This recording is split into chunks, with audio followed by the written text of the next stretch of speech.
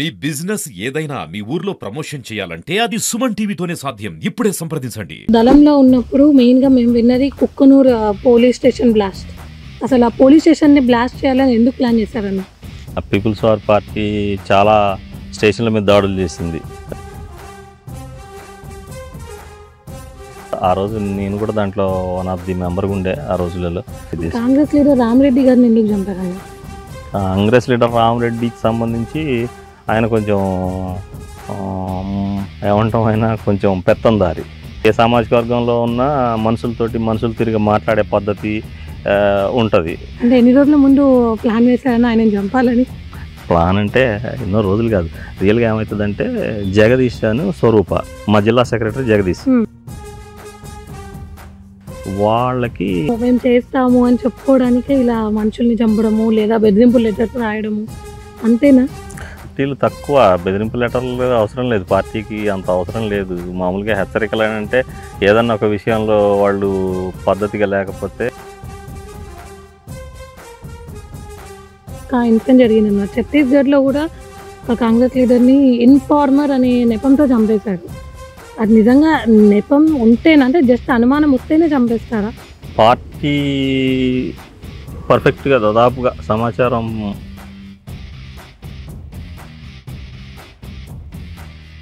Party చంపేస్తుందని మీరు అనుకోవద్దు, వదిలిపెట్టిన వాళ్ళు కూడా ఉన్నారు. మరి ఈ మావోయిస్ట్ పార్టీలో ఉన్న 5 సంవత్సరాలు, అంటే మీరు అడవిలో ఉన్న కాలంలో మీ మీద ఎన్నిసార్లు అటాక్ జరిగింది?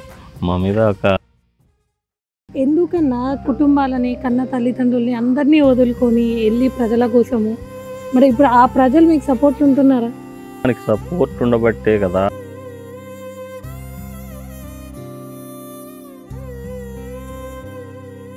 ఓ 30,000 మంది ఫోర్స్ని పెట్టినావు, ఎన్ని కోట్ల రూపాయలు, ఎన్నిసార్లు హెలికాప్టర్. న్యూస్ చూస్తేనేమో 22 మంది మావోయిస్టులని పోలీస్ వాళ్ళు చంపేశారని చెప్పి చెప్తున్నారు కర్రగుట్ట మీద. ఇదంతా కర్రెగుట్టల మీద జరిగినటువంటిది కాదు, ఇది కింద జరిగినటువంటిది. నేషనల్ పార్కు ఆ ప్రాంతాలలో జరిగిన ఎన్కౌంటర్లు తప్ప కర్రెగుట్ట మీద నాకు తెలిసి ఒక్కసారి కూడా. అన్న, మీరు దళంలో ఉన్నప్పుడు మెయిన్గా మేము విన్నది కుక్కునూరు పోలీస్ స్టేషన్ బ్లాస్ట్. అసలు ఆ పోలీస్ స్టేషన్ని బ్లాస్ట్ చేయాలని ఎందుకు ప్లాన్ చేశారన్న? పీపుల్స్ వార్ పార్టీ చాలా స్టేషన్ల మీద దాడులు చేసింది, రైడ్లు చేసింది. మీ దళంలో అదే మేము అంటే ఇప్పుడు ఆ రోజు నేను కూడా దాంట్లో వన్ ఆఫ్ ది మెంబర్గా ఉండే ఆ రోజులలో. అయితే మాకు ఆయుధాలు కావాలంటే స్టేషన్ల మీద రైడ్ చేసేది అనమాట. అప్పుడు పీపుల్స్ వార్ పార్టీ చాలా చోట్ల రైడ్లు చేసింది, తుపాకులు ఎత్తుకొచ్చుకునేది. అంటే వాళ్ళ స్టేషన్ల మీద పడి కొట్టి మనం పట్టుకొచ్చుకునేవాళ్ళం. ఆ క్రమంలో మనం ఈ ప్రాంతంలో మనకి ఎక్కడ మనం రైడ్ చేయగలుగుతాం అనేది ఫస్ట్ రెక్కీ చేసినాం. ఈ ప్రాంతంలో ఎక్కడ, ఇటు ములకల్పల్లి నుంచి అశ్వరావుపేట, దమ్మపేట, ఇట్లా వచ్చేసి కుక్కునూరు, ఈ ప్రాంతం అంతా ఒక రెక్కీ చేసిన తర్వాత పార్టీ ఒక అవగాహనకు వచ్చింది. అశ్వరావుపేట సర్కిల్, అది అశ్వరావుపేట సర్కిల్ కాబట్టి అశ్వరావుపేటలో వెపన్స్ ఉంటాయి, అశ్వరావుపేటలో రైడ్ చేద్దాం అనేది అనుకున్నాం ఫస్ట్. అనుకున్న తర్వాత ఓకే, దాని సాధ్యాసాధ్యాలని మళ్ళొకసారి సమావేశం పెట్టుకొని ఎంత దూరం వస్తుంది, మనం ఎట్లా ఎస్కేప్ అవుతాం, ఒకవేళ రైడ్ అయిన తర్వాత మనం ఎస్కేప్ కాగలుగుతాం లేదా, వితిన్ 1 అవర్లోనో 2 అవర్లోనో మనం ఎక్కడికొక్కడికి వెనకకి రావాలి, రిట్రీట్ కావాల్సిందే. ఈ క్రమంలో చర్చ వచ్చిన తర్వాత అశ్వరావుపేట అంటే కొంచెం ప్లెయిన్లో ఉంటుంది, మళ్ళీ వెనకకి రావాలంటే దగ్గర 50 కిలోమీటర్లు సుమారు వస్తుంది. ఈ లోపల మనం ఎక్కడో ఒక్కడ మళ్ళీ శత్రు వలలో పడే అవకాశం ఉంటుంది. కాబట్టి అక్కడికంటే కూడా కుక్కునూరు బెటర్ ఉంటుంది. కుక్కునూరు అయితే 1 అవర్లో మనం అవతల పడవచ్చు, ఇక్కడ రైడ్ చేయొచ్చు. 1 అవర్లో మనం గోదావరి అవతల, మేము గోదావరి అవతల నుంచి వచ్చేటప్పుడు ఏది మన ఇప్పుడు అంతా ఇప్పుడు కుక్కునూరు కూడా ఆంధ్రాలో వెళ్ళిపోయింది, ముంపు ప్రాంతంలో. మీకు పడవలు హెల్ప్ చేసేవాళ్ళు వీళ్ళందరూ ఉంటారా గోదావరి అటు ఇటు? ఆ రోజు అది వేసవిలోనే కాబట్టి పడవలతో పెద్ద పని లేదు, నీళ్ళు కొంచెం ఇంత లోతుండే. మామూలుగా వచ్చేసి రైడ్ చేసి పోయినాం. అంటే ఒక ట్రాక్టర్ చూసుకొని ఒక పెళ్లి బృందం లాగా, వెపన్స్ ఏం కనపడకుండా ఒక పెళ్లి బృందం లాగా కొంత చీకటి పడ్డప్పుడు వెళ్ళిపోయి ఒకటేసారి స్టేషన్ మీద పడితే ఎవరు లేరు స్టేషన్లో. అప్పుడు స్టేషన్లో ఎవరు లేరు. సరే, మేము కూడా అనుకున్నది ఏంటంటే వెపన్స్ ఏమైనా ఉంటాయో అని చూసాం. ఏం లేకపోతే ఇక మా వాళ్ళు కొంతమంది మైన్స్ పెట్టేసి దాన్ని కూల్చేసి మళ్ళీ వెంటనే రిట్రీట్ అయినాం. ఆ కేసు కూడా మన మీద ఉండే, అది కూడా పోయిందిలే, కేసు పోయిందా ఏం లేదు. దాంట్లో ఉన్నోళ్ళు కూడా అంటే పార్టీ ఆ రోజు ఏది చెప్తే అది చేయాలి మనం.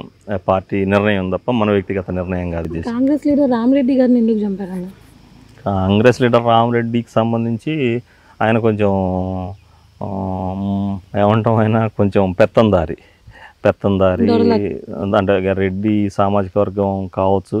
ఆ మనుషులు కొంతమంది ఏ సామాజిక వర్గంలో ఉన్న మనుషులు తిరిగి మాట్లాడే పద్ధతి ఉంటుంది.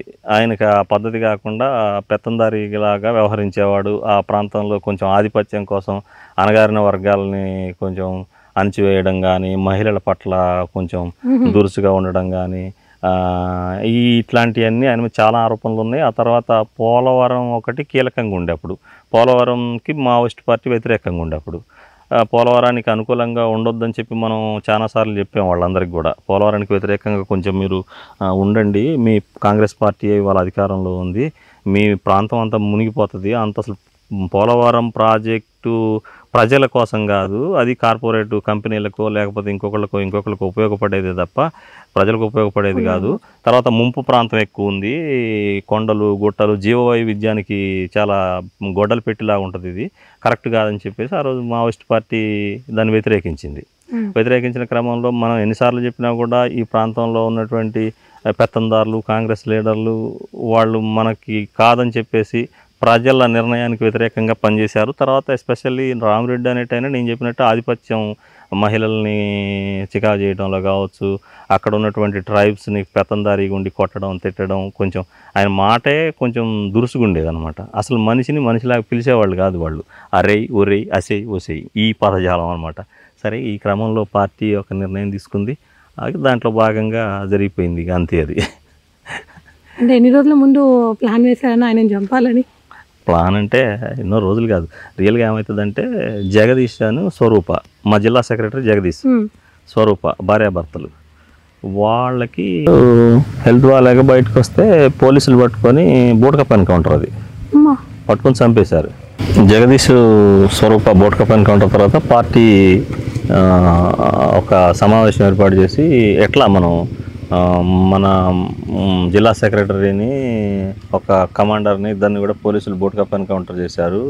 ప్రభుత్వం బోట్కప్ ఎన్కౌంటర్లో చంపేసింది. దీనికి ప్రతీకారంగా మనం ఏదన్నా ఒకటి ప్లాన్ చేయాలి, ఎవరి మీదనన్నా మనం పగ సాధించాలి అనే క్రమంలో పార్టీ సరే ఉన్న కమాండర్లందరినీ కూర్చోబెట్టి ఒక పిలిపించింది. ఆ క్రమంలో ఎవరెవరు హిట్ లిస్ట్లో ఉన్నారు, ఏంటి, మనం ఎంతవరకు చేయగలిగేది ఎక్కడన్నా ఉందా లేదా అని ఒక చర్చించుకొని ఒక 4-5 మనం అనుకున్న తర్వాత ఆ వారం రోజులలో 2-3 టార్గెట్ల దగ్గరికి వెళ్తే ఆ టార్గెట్లను మనం రీచ్ కాలే, అంటే కుదరలే, వద్దు. అయితే ఆ టార్గెట్లు మనం రీచ్ కాలేకపోయినాం. టీం పోయింది, యాక్షన్ టీం పోయి ట్రై చేస్తే రీచ్ కాలేదు. ఇతని దగ్గర రెక్కీ చేస్తే ఇతను ఓకే అవైలబుల్ ఉన్నాడు, పర్ఫెక్ట్, మనం అక్కడైతే చేయొచ్చు అనేది అనుకున్న తర్వాత సరే ఫస్ట్ ఉదయం పూట వెళ్ళినప్పుడు తను ఇంటి దగ్గర లేడు. ఇంకా ఈవినింగ్ 5 అట్లా సెంటర్లోనే ఉన్నారు. ఆయన సెంటర్లో ఒక 10 మందితోటి ఇట్లా ఉండే, అది గూడెం తొండిపాక. ఆ క్రమంలో మా యాక్షన్ టీం పోయి ఇంకా పార్టీ ఆ రోజు ఎవరినో కేటాయించింది, ఇంకా అంతా అయిపోయింది.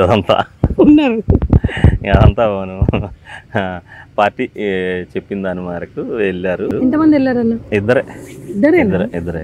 వెళ్ళారు. వెళ్ళి అక్కడే సెంటర్లోనే కొట్టేశారు. సెంటర్లోనే షూట్ చేశారు. షూట్ చేసిన తర్వాత వెంటనే వెనక్కి వచ్చేసారు మా వాళ్ళు. అయితే ఎప్పుడైనా పార్టీలు ఒక ఉనికిని చాటుకోవడం కోసం, ఇట్లా మేము ఉన్నాము, మేము చేస్తాము అని చెప్పుకోవడానికే ఇలా మనుషుల్ని చంపడము లేదా బెదిరింపు లెటర్స్ రాయడము, అంతేనా? పార్టీలు తక్కువ, బెదిరింపు లెటర్లు అవసరం లేదు, పార్టీకి అంత అవసరం లేదు. మామూలుగా హెచ్చరికలు అంటే ఏదన్నా ఒక విషయంలో వాళ్ళు పద్ధతిగా లేకపోతే పద్ధతి మార్చుకోమని చెప్తారు, 1-2 సార్లు చెప్తారు. మూడోసారి అది సరే అక్కడ ఉన్న ఉద్యమం తీవ్రతను బట్టి, వాళ్ళకున్న పట్టును బట్టి ఏదన్నా చేయొచ్చు. అది అంటే ఇప్పుడు మీరు ఈ ఇన్సిడెంట్ చెప్తుంటే మొన్నటికి మొన్న ఒక ఇన్సిడెంట్ జరిగిందన్న, ఛత్తీస్గఢ్లో కూడా ఒక కాంగ్రెస్ లీడర్ని ఇన్ఫార్మర్ అనే నెపంతో చంపేశారు. అది నిజంగా నెపం ఉంటేనంటే జస్ట్ అనుమానం వస్తేనే చంపేస్తారా? ఇక్కడ పార్టీ పర్ఫెక్ట్గా దాదాపుగా సమాచారం పర్ఫెక్ట్గానే ఉంటుంది పార్టీ దగ్గర. అంటే చంపేయడం అంటే మీరు ఏ ఎవిడెన్స్ లేకుండా పార్టీ చంపేస్తుందని మీరు అనుకోవద్దు. వదిలిపెట్టిన వాళ్ళు కూడా ఉన్నారు. రీసెంట్గా జీవన్ అని ఒక అబ్బాయి దళంలో పనిచేసి బయటకు వచ్చిన తర్వాత పోలీసు వాళ్ళు తనని మౌల్డ్ చేశారు, అది ఇన్ఫార్మర్గా. ఆ విషయం పార్టీకి తెలిసిన తర్వాత రీసెంట్గా నేను ఆ న్యూస్ కవర్ చేయడానికి వెళ్ళా. రీసెంట్ ఒక్క 1 year back Azad press meet పెట్టిండు. అంటే మనం ఇప్పుడు క్లియర్గా మనం చెప్పుకోవడానికి మాకు కూడా సమాచారం ఇచ్చారు, ఇట్లా మేము ఒక ఇన్ఫార్మర్ని పట్టుకున్నాం, ప్రజా కోర్టు నిర్వహిస్తూ ఉన్నాం, ప్రజా కోర్టులో మీరు రావాలి కవర్ చేయడానికి అని అంటే, సరే నేను నా కెమెరామ్యాన్ మేము అందరం కలిసి వెళ్ళాం. రియల్గా వెళ్ళినప్పుడు తను చెప్పాడు అబ్బాయి ఎవరెవరు పోలీసులు ఎట్లెట్లా ఈయనని మలుచుకున్నది, ఏమేమి ఇన్ఫర్మేషన్ అడిగారు, ఎట్లా అడిగారు, ఎవరిని టార్గెట్ చేశారు, ఎన్ని డబ్బులు ఇస్తానన్నారు, ఇట్లాంటివన్నీ ప్రజా కోర్టులో బహిరంగంగానే వాళ్ళు ఒప్పుకుంటారు అనమాట. ఒప్పుకున్నప్పుడు సరే అయినా సరే తను నాకు తెలియకనో తెలుసో నాకు కొంత తెలవక నేనైతే చేశా ఇట్లాంటిది, ఇక నేను లైఫ్లో మళ్ళీ ఎప్పుడు చేయను, పార్టీకి ద్రోహం చేయను అంటే వదిలేశారు. తప్పు ఒప్పుకుంటే వదిలేశారు. అది ఫస్ట్ టైము ఆయన దొరికిండు, క్లియర్గా ఆయనే చెప్పిండు కదా. ప్రజా కోర్టులోనే ఇవన్నీ జరుగుతాయి. మీకు ప్రజా కోర్టు అంటే ఆషామాషి వ్యవహారం కాదు. మీకు చుట్టుపక్కల ఒక 20-30 ఊళ్ళల్లో 1000 మంది వచ్చి అక్కడ ఉంటారు. వాళ్ళు 1000 మంది ముందు మీరు తప్పు చేస్తే మీ తప్పు ఏంటో అక్కడ చెప్తారు. వాళ్ళు మీరు నిజమా అబద్ధమా మీరే చెప్తారు. అక్కడ ఎవరు మిమ్మల్ని ఒక దెబ్బ కొట్టరు, ఏది కొట్టరు. మీరు చెప్పిన తర్వాత అది 1-2 సార్లు ఆ తీవ్రతను బట్టి ఆ తర్వాత మీకు శిక్ష చేస్తారు ఆడ, అంతే తప్ప ఇంకా వేరే ఏం లేదు. ఇప్పుడు ఏ హత్య చేసినా అది కూడా ప్రజలకు తెలిసే జరుగుతుందా? ప్రజా కోర్టే కదా, ప్రజా కోర్టు వాళ్ళ నిర్ణయం మేరకే జరుగుతుంది ఆడ, ప్రజల నిర్ణయం మేరకే. ఇప్పుడు మీకు ఇన్ఫార్మర్లు అని అంటేనే వాళ్ళు తప్పించుకొని పోయి ఇంకెక్కడో తలదాచుకున్నటువంటి సందర్భంలో అక్కడుండి కూడా వాళ్ళు పార్టీకి వ్యతిరేకంగా పార్టీ కార్యకలాపాలని నాశనం చేయడం కోసం చూసినప్పుడు ఇంకా ఏదో యాక్షన్ టీం పోయి అక్కడ కొట్టేసి వచ్చేస్తారు. కానీ ఆ ఊళ్ళల్లో ఉన్న వాళ్ళని అయితే ప్రజా కోర్టులోనే పెడతారు. దొరికితే కంపల్సరీగా దొరికితే ప్రజా కోర్టు నిర్వహించిన తర్వాతనే వాళ్ళ మీద చర్య అనేది ఉంటుంది. అట్లా శిక్ష ఏది ఉన్నా అది. కమాండర్ క్రాంతి గారు ఎన్ని సంవత్సరాలు ఉన్నారు మొత్తం? నేను మావోయిస్ట్ పార్టీతో అయితే 5 years ఉన్నా. 5 years. అంతకుముందు వీళ్ళతోటి మనం ఒక 5 సంవత్సరాలు ఉన్నాం మళ్ళీ ఇక్కడ. అందులో మళ్ళీ 12 ఏళ్ల నుంచి విప్లవం నుంచి ఉన్నాం. అవును. సో మరి ఈ మావోయిస్ట్ పార్టీలో ఉన్న 5 సంవత్సరాలు అంటే మీరు అడవిలో ఉన్న కాలంలో మీ మీద ఎన్నిసార్లు అటాక్ జరిగింది? మా మీద ఒక 3 times జరిగింది. ఎలా తప్పించుకున్నా నాకు మీకు గుర్తుండిపోయే అనుభవం, ఒక చేదు అనుభవం? రియల్గా మేము ఏప్రిల్ 20వ తారీఖు అనుకుంటా, బహుశా ఏప్రిల్ 20 డేట్స్ సహా. ఏప్రిల్ 20 బాసగూడెం, అది ఛత్తీస్గఢ్ రాష్ట్రం బాసగూడెంలో. అంతకుముందు రోజు మేము యాక్షన్కి పోయినాం. యాక్షన్కి పోతే జస్ట్ బ్లాస్ట్ చేస్తే కానిస్టేబుల్ ఎవరో గాయాలని వెళ్ళిపోయింది అదంతా. ఎక్కడ చేశారు బ్లాస్ట్? బాసగూడెం దగ్గర. ఆ యాక్షన్ టీం ఒకటి పోయినాం, అంబుష్లో అనమాట. అది అయిపోయిన తర్వాత తెల్లారిపోతుంటే మేము ఆ ప్రధాన రహదారి, అది ఆ బాసగూడెం ఆవుపల్లి బీజాపూర్, ఆ ప్రధాన రహదారి తార్ రోడ్డే ఉండేది. మేమేం చేసినాం, బాసగూడెం దగ్గరలో షెల్టర్ తీసుకున్నాం. అక్కడ బాసగూడెం ఎంత దూరం, కిలోమీటరే పోలీస్ స్టేషన్, కిలోమీటర్ దగ్గరలో మా షెల్టర్ ఉంది. అక్కడికి పోయిన తర్వాత మార్నింగ్ టిఫిన్ అయింది. టిఫిన్ అంటే ఉప్మా చేసుకున్నాం, తింటా ఉన్నాం. అక్కడ నీళ్ళన్నీ కూడా మరగబెట్టి తాగాలి నీళ్ళు, ఎందుకంటే మనం తాగే నీళ్ళన్నీ మడుగులో నీళ్ళు ఎక్కడెక్కడ నీళ్ళు ఉంటాయి, రోగాలు వస్తాయని చెప్పి పార్టీ మరగబెట్టుకొని తాగుతుంది. ఈ క్రమంలో టిఫిన్ అయిపోయింది, వేడి చేసిన నీళ్ళు ఒకటి అక్కడ ఉన్నాయి. ఈ లోపల కొంచెం తుపాకులు క్లీన్ చేసుకోవాలి, ప్రతిరోజు వెపన్ క్లీన్ చేసుకోవాల్సిందే ఎవరైనా. అందరూ ఒకసారి చేసుకుంటే ఇబ్బంది అవుతుంది. ఒక 30 members ఉన్నాం మేము. సరే ఒక టీము ఇటు ఒక టీము అటు ఒక టీము కవర్లలో ఉంటాం. మా కమాండర్ కొంతమంది ఈ బ్యాచ్ని కవర్ చేసుకోమన్నాడు, కవర్ చేసుకుంటా ఉన్నారు ఇక్కడ బ్యాచ్. ఈ లోపల మా సెంటరీ వైపు నుంచి కుక్కలు మురుగుతూ ఉన్నాయి. సెంటరీ కొంచెం దూరంలో ఉన్నారు, ఊరికి మేము దగ్గర చాలా దగ్గర ఉన్నాం. ఊరికి కుక్కలు మురుగుతూ ఉంటే మా కమాండర్ అన్నాడు, ఏంది కుక్కలు మురుగుతున్నాయి ఎందుకో, ఏంది చూడండి అని అంటే, ఇంకా చూసేది ఎక్కడిది, వాళ్ళు వెపన్లు వేసుకొని వచ్చేసారు. అంటే ఒక మనిషిని గెదుముకుంటూ వచ్చేసారు వాళ్ళు. ఊళ్ళో ఒక మనిషి కనబడితే ఆయనని ఇట్లా అంటే ఉరకటం మొదలుపెట్టిండు. ఉరకడం మొదలు పెడితే వీళ్ళు గెదుముతూ ఉన్నారు పోలీసు వాళ్ళు. ఆ మనిషి ఏం చేసిండు, డైరెక్ట్గా దళం దగ్గరికి వచ్చేసిండు. ఇటు వాళ్ళు అంత దూరంలో మమ్మల్ని చూసేసి ఫైర్ స్టార్ట్ చేశారు. ఇక్కడే ఉన్నాం మేమంతా ఇట్లా ఎవరికి వాళ్ళే. గెదుముకుంటూ వచ్చిన మనిషి మీ ఇన్ఫార్మర్ గ్రామంలో ఒక వ్యక్తి అయినా, గ్రామంలో ఒక వ్యక్తి అక్కడ దళం ఎక్కడ ఉన్నదో ఆయనకు కూడా తెలుసు. సరే సేవ్ చేద్దామనా లేకపోతే విషయం చెబుదామనా ఆ అంటే వాళ్ళు గెదుముతా ఉన్నారు కదా అని డైరెక్ట్ ఇటువైపు వచ్చిండు ఆయన. ఇటువైపు వచ్చేసేటప్పటికి ఏమవుతుంది, వాళ్ళు మమ్మల్ని చూసేసి ఫైర్ స్టార్ట్ చేశారు. ఫైర్ స్టార్ట్ చేస్తే ఇంకా అప్పటికప్పుడు మాకు కవర్లో ఉంది, వాళ్ళు మా కవర్లలోకి వచ్చేసారు. మేము ఏదైతే అనుకున్నామో వాళ్ళు వచ్చేసి అక్కడ నుంచి ఫైర్ స్టార్ట్ చేశారు. ఇక మేము కూడా 1-2 తూటాలు కొట్టినాం. కొట్టిన తర్వాత మాకు కవర్ ఎక్కడ కొంచెం ఒక 50 మీటర్ల దూరం పోయిన తర్వాత మాకు ఒక చెరువు కట్టలాగా ఒకటి వచ్చిందనమాట. అక్కడ నుంచి మేము కూడా కొద్దిసేపు ఫైర్ స్టార్ట్ చేసినాం. వాళ్ళు కొట్టే తూటాలు ఇంత దగ్గర పడతా ఉండేవి, దుబ్బలు ఎగుతూ ఉండేది అనమాట. మేము కొట్టే కూడా అంతే, వాళ్ళకి కూడా అంతే. వాళ్ళు కింద పడుకొని కొట్టుతూ ఉన్నారు. మేము చెరువు కట్ట కొంచెం ఆసరా చేసుకొని పుట్టగడ్డలు ఉంటాయి కదా, వాటిని ఆసరా చేసుకొని కొడతా ఉన్నాం. ఫస్ట్ టైం అనమాట. తూటాలన్నీ ఇట్లా పడతా ఉన్నాయి, వచ్చి దుబ్బలు ఎగుతూ ఉన్నాయి. ఇంకా భయం ఎక్కడిది, ఇంకా అక్కడ భయం అనేది లేదు అంతే. అంటే అక్కడ ఫైరింగ్ అంతా మామూలుగానే ఉంటుంది. అరే రారా ఇట్లా చిటికేయడం అనమాట. అరే రారా నీకు దమ్ముంటే రారా అని కొట్టుకుంటే. ఛత్తీస్గఢ్లో అంతే ఉండేది మొన్నటి వరకు కూడా. ఛత్తీస్గఢ్లో నక్సలైట్లదే పై చేయి, మీకు ఎక్కడ కూడా మావోయిస్టులదే పై చేయి తప్ప పోలీసులు పై చేయి. ఈ మధ్య కాలంలో కగారా ఆపరేషన్ స్టార్ట్ అయిన తర్వాత నుంచి పోలీసులు పై చేయి తప్ప అంతకుముందు మీరు ఏ ఇన్సిడెంట్ చూసుకున్నా మావోయిస్టులదే పై చేయి. అక్కడ ఏ బ్లాస్ట్ చేసినా, ఏ రైడ్ చేసినా, ఏది చేసినా కూడా వాళ్ళదే పై చేయి. కాబట్టి అక్కడ ఫైరింగ్ అంటే వాళ్ళు భయపడాల్సిందే తప్ప మేము భయపడేది లేదు అక్కడ ఛత్తీస్గఢ్లో. అప్పుడు ఫైరింగ్ జరిగినప్పుడు కానీ ఎప్పుడైనా కూడా మీ దళంలో సభ్యులు చనిపోయారన్న? చనిపోలేదు, ఎప్పుడు కాలేదు, చనిపోలేదు. ఎందుకంటే అంటే రియల్గా ఛత్తీస్గఢ్లో మొన్నటి వరకు పరిస్థితి ఏంటంటే ఫైరింగ్ అయితే చనిపోతే పోలీసు చనిపోవాల్సిందే తప్ప మావోయిస్టులు చనిపోయిన సందర్భాలు చాలా తక్కువ అక్కడ. అసలు ఛత్తీస్గఢ్లో ఎప్పుడు కూడా వాళ్ళదే పై చేయి. మేము రియల్గా ఫైరింగ్ అయిన తర్వాత ఒక పావు గంట ఏమో కొట్టిన తర్వాత వాళ్ళకన్నీ అనుకూలంగా ఉన్నాయి. పోలీస్ స్టేషన్ వచ్చేసి కిలోమీటర్ దూరంలో ఉంది. ఇటు ఆవుపల్లి పోస్టులు, అవుట్ పోస్టులు ఉన్నాయి, అన్నీ ఉన్నాయి. ఇంకా మనం ఎంతసేపు కొడతాంలే, వాళ్ళు కొంత ఎక్కువ గ్యాదర్ అవుతూ ఉన్నారు పోలీసు వాళ్ళు. మేమంతా 30 మంది ఉన్నాం. ఇంకా వద్దులే వెళ్ళిపోదాం అని చెప్పి మా కమాండర్ అన్నాడు. వెళ్ళిపోయినాం. అక్కడ మాకు ఎవరో కొంత ఒక వెపన్ అని ఒక కిట్ బ్యాగ్ అక్కడ వదిలేశారు. ఒక అబ్బాయి బహిర్భూమికి వెళ్ళిండు. పోయేటప్పుడు అక్కడ వెపన్ అను కిట్ బ్యాగ్ అక్కడ పెట్టేసి వెళ్ళిపోయాడు. రియల్గా వాళ్ళు పోలీసు ఎవరైతే ఎక్కడి నుంచి అయితే ఫైర్ చేశారో అక్కడి నుంచి వెనకకే వెళ్ళిపోయారు తప్ప ఒక్కడికి కూడా ముందుకు వచ్చి ఆ తుపాక్ కానీ ఆ కిట్ బ్యాగ్ కానీ పట్టుకొని పోలే. అంటే వాళ్ళకి భయం ఎక్కువ అక్కడ. అంటే మళ్ళీ అక్కడ ఏదైనా ఉంటుందేమో, మళ్ళీ ముందుకు పోతే. చాలాసేపు అక్కడ ఉండి ఫైర్ చేశారు, గంటన్నర ఫైర్ చేశారు. కానీ గంటన్నర తర్వాత వాళ్ళు అక్కడి నుంచి అట్టే వెనకకి వెళ్ళిపోయారు. మళ్ళీ మా వాళ్ళు ఊరోళ్ళని పంపించి అక్కడికి వెళ్ళి చూడుకోండి, ఏమన్నా మన వెపన్ ఒకటి అక్కడ ఉండిపోయింది, కిట్ బ్యాగ్ ఉండిపోయింది అంటే ఊరోళ్ళు పోయేసరికి ఆ కిట్ బ్యాగ్ అక్కడే ఉంది, ఆ వెపన్ అక్కడే ఉంది. ఇంకా పోలీసు వాళ్ళు వేసినటువంటి మోటార్స్ ఇవి ఉంటాయి కదా, అవన్నీ అక్కడ 1-2 పేలకుండా ఉన్నాయి, అన్నీ దొరికినాయి, మాకే దొరికినాయి అవన్నీ కూడా. కాబట్టి ఎప్పుడు మన వైపు నుంచి నష్టమేం జరగలేదు అక్కడ. 3 times మన మీద అటాక్ జరిగింది, 3 times కూడా ఎప్పుడు ఎక్కడ జరగలేదు అట్లా. మావోయిస్ట్ పార్టీలలో ఏటీపీ అని ఉంటుంది కదన్నా? ఏపీటీ అంటే ఏంటన్నారు? ఏం లేదు, ఇప్పుడు అపాయింట్మెంట్ టైం ఒక టైం పెట్టుకుంటాం అనమాట. సపోజ్కి రోల్ కాల్ ఒకటి జరిగిందనుకో, రోల్ కాల్ అని అంటే ప్రతి మిలిటరీలో కూడా రోల్ కాల్ ఉంటుంది. ఉదయాన్నే మనం ఎంతమంది ఉన్నాం అనేది ఒక లెక్క చూసుకుంటాం. ఫస్ట్ రోల్ కాల్ అందరూ వరుసగా నిలబడతారు.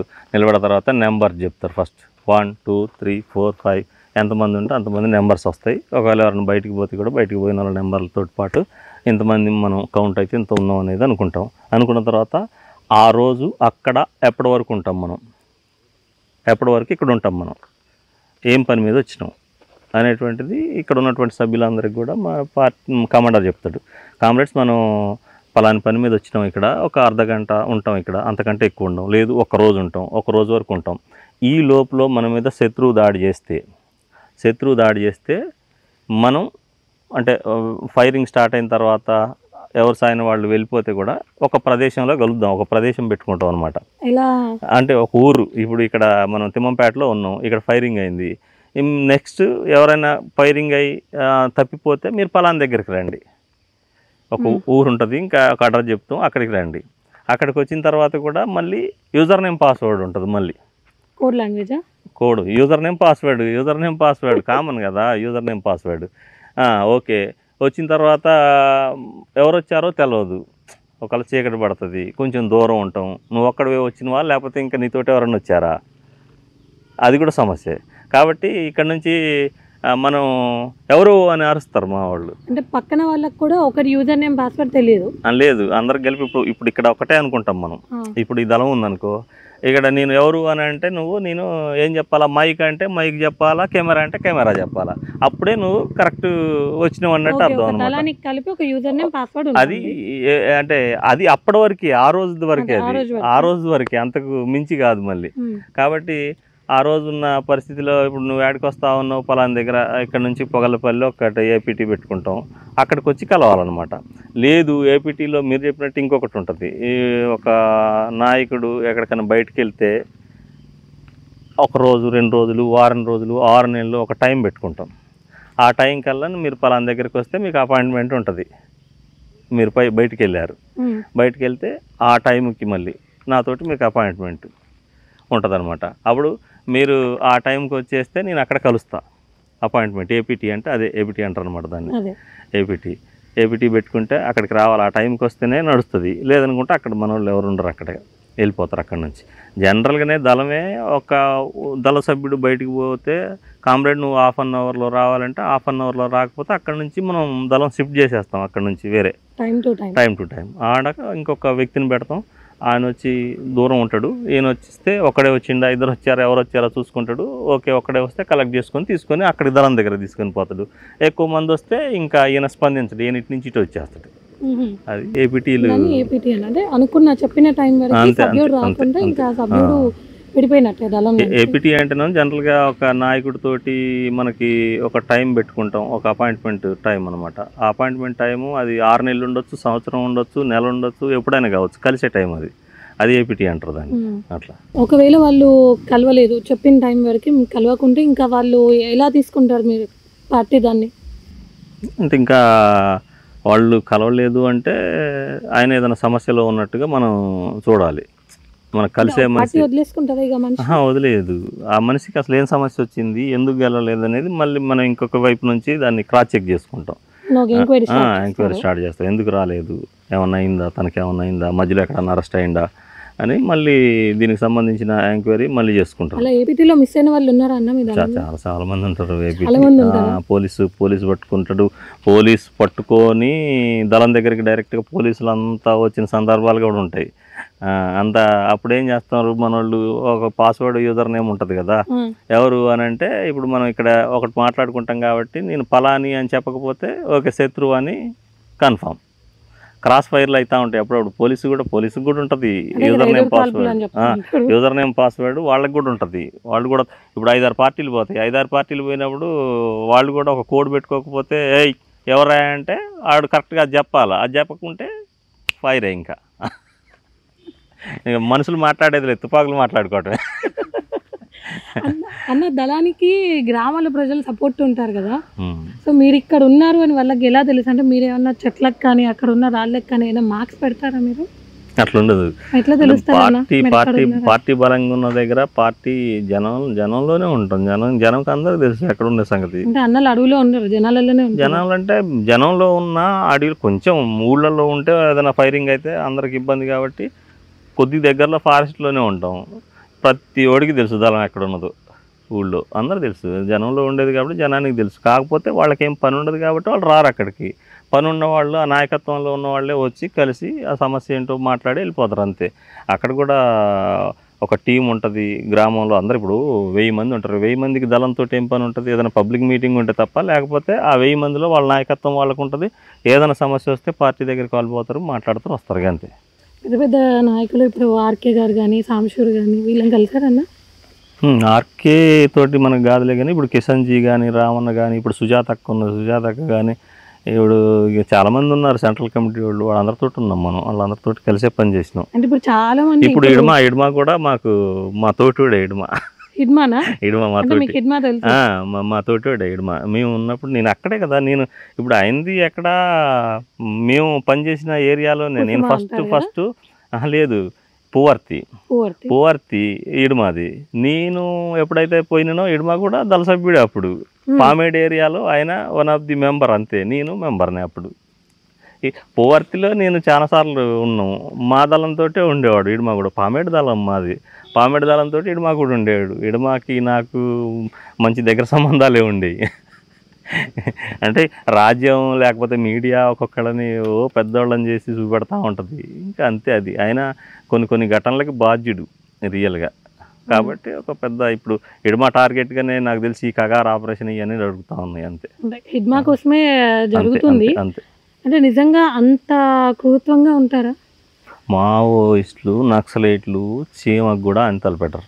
చాలా మానవతావాదులు వాళ్ళంతా. పైసలు తీసుకుంటారనే ఒక ఇది ఉంది కదా, అన్న పేరు ఉంది కదా మావోయిస్ట్. ఈ పనికిరాని మాటలు. ఎందుకనంటే ఇలా ₹1 కోటి రివార్డు ఇడుమా మీద ఉంది. 1 కోటి కాదు 2 కోట్లు ఉంది. 10 కోట్లు ఇస్తానంటాడు ఇడుమాకి. పైసల కోసం పోయినోడైతే రావాలి కదా. 10 కోట్ల రూపాయల టార్గెట్ ఉంటే నా పైసలు ఇవ్వాలి, నాకు 10 కోట్లు అని రావాలి కదా. ఒక్కొక్కళ్ళ తలల మీద లక్షలు, కోట్ల రూపాయల టార్గెట్లు ఉన్నాయి. చచ్చిపోతే చచ్చిపోతాం రాబోయి, అంతే తప్ప నీ దగ్గరకు వచ్చి నీకు లొంగిపోయి నీ పైసలు తీసుకోమని చెప్పి సవాల్ చేస్తూ ఉన్నారు కదా. 1000 మంది మిలిటరీ ఫోర్స్ని పెట్టింది నువ్వు ఎందుకు అక్కడ? ఆ పైసలకు లొంగే వాళ్ళు అయితే నువ్వెందుకు పెట్టాలి అదంతా? పైసలు నువ్వు ఇంకొక నజరానా పెంచుతావు, 2 కోట్లు ఇస్తాం రమ్మంటావు. ఎన్ని కోట్లు ఇస్తానన్నా రాకపోతేనే కదా నువ్వు ఆధిపత్యం చేసేది అక్కడ, నువ్వు అణిచివేసేది. నువ్వు ఎందుకు ఈ పనికిరాని మాటలు? అట్లా కాదు. ఈ పనికిరాని మాటలు ఎందుకు? ఎవరు నమ్ముతారంటే నా పైసల కోసం పోయారంటే వాళ్ళు ఒక్కటే సమాజాన్ని కలగన్నారు, కమ్యూనిస్ట్ రాజ్యాన్ని కలగన్నారు, దోపిడీ లేని రాజ్యం కావాలని కలగన్నారు. వాళ్ళ డ్రీమ్ వాళ్ళకు ఉంది. వాళ్ళ డ్రీమ్లో భాగంగా వాళ్ళు నమ్మిన సిద్ధాంతం కోసం ప్రాణాలు ఇస్తూ ఉన్నారు. నాకు లాంటి వాళ్ళు, చేతకాని వాళ్ళు ఎవరన్నా ఉంటే ఆరోగ్యం బాగలేదు, నేను చేయలేను, నాకు అక్కడ కుదరదు, మలేరియా ఉంది, లేకపోతే ఇంకొకటి ఉంది, నేను చేయలేని చెప్పి బయటకు వచ్చేసి బతుకుతూ ఉన్నాం. అంతే తప్ప పార్టీ మీద నిందలేయటం, వాళ్ళు అంతటి త్యాగాలని మనం కించపరిచేలాగా మాట్లాడొద్దు. చేతనైతే చేయటం, లేకపోతే లేదు. కానీ పైసల కోసం పోయాడని ఎవడన్నంటే వేస్ట్. ఎందుకంటే మావోయిస్ట్ పార్టీ ఇవాళ ఉన్నాడు, రేపు ఉండడు. ఎప్పుడు చచ్చిపోతామో తెలియదు. అది ఈరోజు మేము అందరం కలిసి ఒక దళం, 2 దళాలు కలిసి ఉన్న తర్వాత కామ్రేడ్స్ మళ్ళీ ఒక 6 నెలల తర్వాత కలుద్దామంటే 6 నెలల్లో ఎంతమంది చచ్చిపోతారో అసలు. ఎవడన్నా పైసలకు ప్రయారిటీ ఇస్తాడా, ప్రాణానికి ప్రయారిటీ ఇస్తాడా? ప్రాణం కంటే పైసలు ఏం గొప్ప కాదు కదా. నీకు ₹1 ఇస్తా పొమ్మని చెప్పు ఎవడన్నాడికి. ఎందుకన్నా కుటుంబాలని, కన్న తల్లిదండ్రుల్ని అందరినీ వదులుకొని వెళ్ళి ప్రజల కోసము, మరి ఇప్పుడు ఆ ప్రజలు మీకు సపోర్ట్ ఉంటున్నారా? ఇవాళ ప్రజలు ఉద్యమానికి సపోర్ట్ ఉండబట్టే కదా నీకు ఇన్ని రాష్ట్రాలలో మావోయిస్ట్ పార్టీ ఉండగలిగింది, కమ్యూనిస్టులు ఉండగలిగారు మీకు. లేకపోతే సాధ్యమయ్యేదా? ఒక కర్రెగుట్ట మీద నువ్వు 30,000 మంది ఫోర్స్ని పెట్టినావు. ఎన్ని కోట్ల రూపాయలు, ఎన్నిసార్లు హెలికాప్టర్లు తిరుగుతూ ఉన్నాయి, ఎన్ని కోట్ల రూపాయలు తగలబెడతా ఉన్నారు మీరు. అంటే ఎందుకు దొరకలే మరి కర్రెగుట్టలలో? ఏమి ఒక ఎన్కౌంటర్ కూడా కాలేదు కదా. నిన్న ఏదో వాళ్ళు సిఆర్పిఎఫ్ డీజీ ఏదో మీటింగ్ పెట్టి మొత్తం 16 మంది మహిళలు చనిపోయారు కర్రెగుట్ట మీద అని చెప్పేసి ఏదో చెప్పారు. రియల్గా మనకి ఈ మధ్యకాలంలో కర్రెగుట్టల మీద ఆపరేషన్లలో మొన్న రీసెంట్గా వాళ్ళు పేల్చిన మందు పాత్రకి 3 గ్రేహౌండ్స్ వాళ్ళు 2 గాయపడ్డారు. కానీ నాకు తెలిసి ఎన్కౌంటర్ జరిగింది కర్రెగుట్ట మీద ఎక్కడ లేదు. కింద జరిగిన ఎన్కౌంటర్లు అయ్యాన్ని వాళ్ళు చెప్పినవన్నీ కూడా. కాకపోతే దొరికితే దొరికిండి వచ్చాము. డంపులలో కొంత దాచుకున్నటువంటి తుపాకులు, లేకపోతే బత్యము, వైద్యానికి సంబంధించిందో, అంతే తప్ప జనం సపోర్ట్ లేకపోతే ఈ పార్టీకి ఎప్పుడో మావోయిస్ట్ పార్టీ ఇప్పటిదాకా ఉండేదా అక్కడ? అన్న ఇప్పుడు మీరు ఏం జరగలేదని చెప్తున్నారు. మరి న్యూస్ చూస్తేనేమో 22 మంది మావోయిస్టులని పోలీస్ వాళ్ళు చంపేశారని చెప్తున్నారు కర్రెగుట్ట మీద. అదే ఇదంతా కర్రెగుట్టల మీద జరిగినటువంటిది కాదు, ఇది కింద జరిగినటువంటిది. నేషనల్ పార్కు ఆ ప్రాంతాలలో జరిగిన ఎన్కౌంటర్లు తప్ప కర్రెగుట్ట మీద నాకు తెలిసి ఒక్కసారి కూడా దాడులు జరగలేదు. కర్రెగుట్టల మీద వీళ్ళు ఏమీ లేదు. అంటే వాళ్ళు ఇవాళ గవర్నమెంట్ దగ్గర అత్యాధునికమైనటువంటి సాంకేతిక పరిజ్ఞానం ఉంది. కర్రెగుట్టల మీద కనీసం వాళ్ళు ఎక్కడున్నారో కూడా ఇంతవరకు వీళ్ళకి ఉనికి దొరకలేదు. కర్రెగుట్టలు ఆషామాషి గుట్టలేం కావయి. కర్రెగుట్టలు అంటే ఏదో 2-3 గుట్టలేం కాదు. అది నాకు తెలిసి 1000 ఎకరాలతో విస్తరించినటువంటి కర్రెగుట్టలు, 100 కిలోమీటర్లతోటి పొడవు వెడల్పు ఉన్నటువంటి కర్రెగుట్టలు. ఒక్కొక్క గుట్ట వచ్చేసి 2 కిలోమీటర్లు, కిలోమీటర్కి పైన ఎత్తుంటుంది. అది పెట్టని కోటల్లాగా ఉంటుంది అదంతా కూడా. ఇప్పుడు మీకైనా మాకైనా ఎవరైనా మాట, వాళ్ళు మావోయిస్టులు అనేవాళ్ళేమో అక్కడ బతకటం నేర్చుకున్న వాళ్ళు, ఆదివాసీ సమూహంతో ఉన్నటువంటి వాళ్ళు ఈ పోలీసు ఎన్ని గుట్టలు ఎక్కుతుంది, ఎన్ని గుట్టలు దిగుతుంది. అందుకనే కర్రెగుట్టల మీద నాకు తెలిసి వీళ్ళు పోతే ఒకవేళ డంపులు దొరికితే లేకపోతే వాళ్ళ షెల్టర్ దొరికితే దొరికి ఉన్నాయేమోలే కానీ